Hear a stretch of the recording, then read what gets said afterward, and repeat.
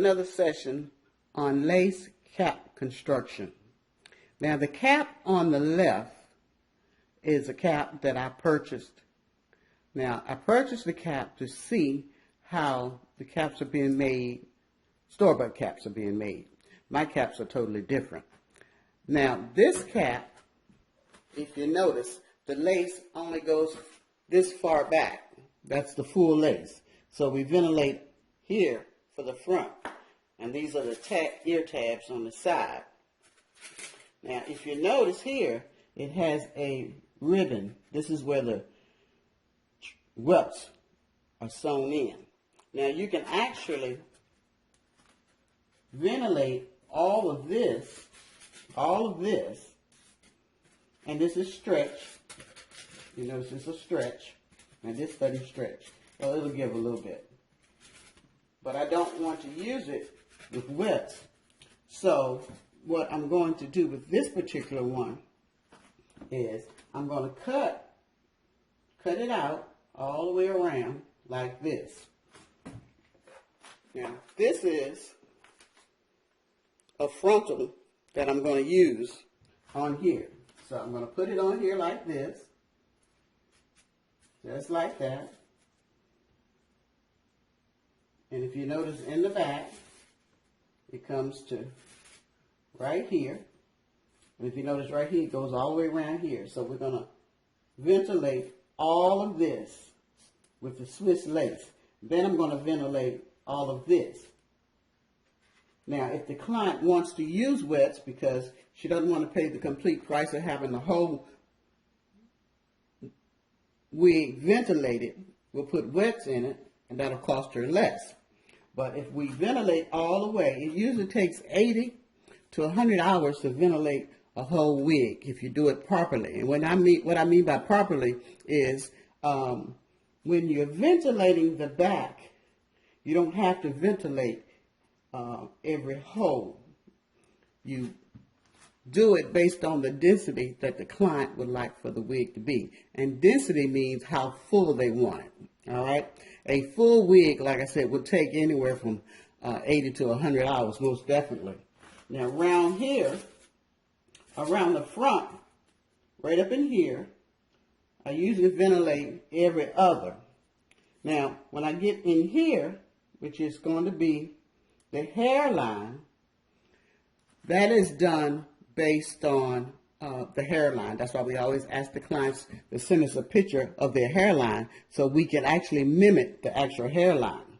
But up in here, where you're going to part your hair, we ventilate every hole, because if you look in your head, when you part, you don't have gaps. So if we don't do every hole, there could be gaps, and we don't want that. So we figure out where you're going to put your part, and then we can ventilate close to it to mimic your hairline and how you want your hair to look. Now, once we put this part on and remove the dark part here, she'll be able to wear her hair in an updo. She'll be able to wear a ponytail. And if you look here on the back of it, you'll see that there's lace down here. And we will ventilate that. That way the hair can be pulled up. Now, of course, these tabs are to tighten the wig where you don't have to glue it down. And this is a glueless wig. Now, this one here on the right was the same cap, and I only took out up to this part. I only took out this dark part here. This client has decided she wants wets.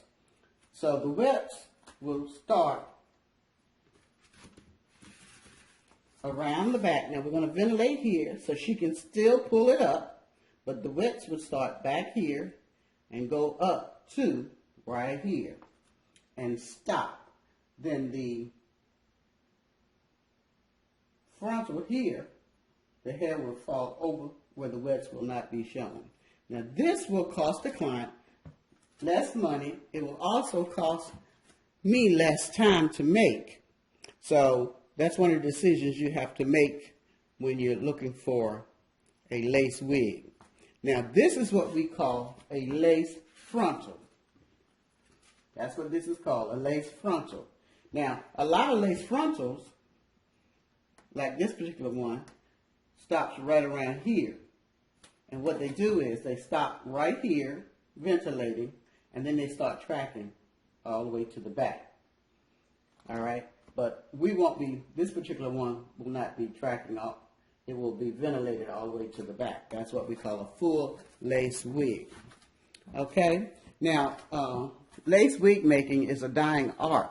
So I will be looking for about 10 women or men who would like to learn how to do this and actually create them a new business. But when I teach them, they will be very pleased with the results that they get. So we don't want this art to die out. We want this art to continue on. And just because this is 2017 doesn't mean that people don't want to pay for good quality wigs. And the fact that they take 6 to 8 weeks to make, it's okay with them, because before they had this wig, they were unhappy with what they had before. But again, this is one way that I make my lace caps. I purchase caps and then I recreate the caps. And the reason why I do that is basically because of the glueless, the back, the straps in the back.